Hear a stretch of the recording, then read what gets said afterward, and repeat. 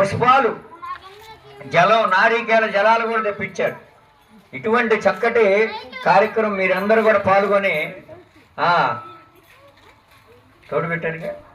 ఇవన్నీ కూడా మనకి ఎందుకు చేయాలి అంటే, మనము ఆ పరమాత్మ చేసే ప్రతిదీ కూడా వృద్ధి చెందుతుంది. కొంతమంది హేతువాదులు ఏం మాట్లాడతారంటే ఆ విషయం కూడా చెప్పుకోవాలి. పాలు అనవసరంగా పారబోతున్నారంట, పాడి వృద్ధి చెందుద్ది. ఆ మహానుభావుడికి, లింగమయ్యకి లేదంటే విష్ణుమూర్తికో ఆవు పాలతో అభిషేకం చేస్తే మనకి వృద్ధి చెందుతుంది. పాడి వృద్ధి చెందుతుందండి, అందుకని పోస్తాం.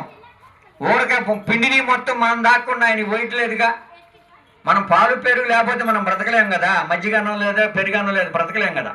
అందుకని ఏదైతే మనం చేస్తామో అవి వృద్ధి చెందుతాయి అన్నమాట. ఫలపుష్పాలతోటి, పండ్లతోటి, రసాలతోటి. ఒక కళ్యాణార్థం ఇవన్నీ కూడా పాడి పంటలు, మన పశు సంపద అన్ని కూడా వృద్ధి చెందుతాయి అన్నమాట. దానికోసం తప్పితే ఇదేదో వృధాగా ఏదో చేసి ఆయన ఏదో తీసుకుంటారు.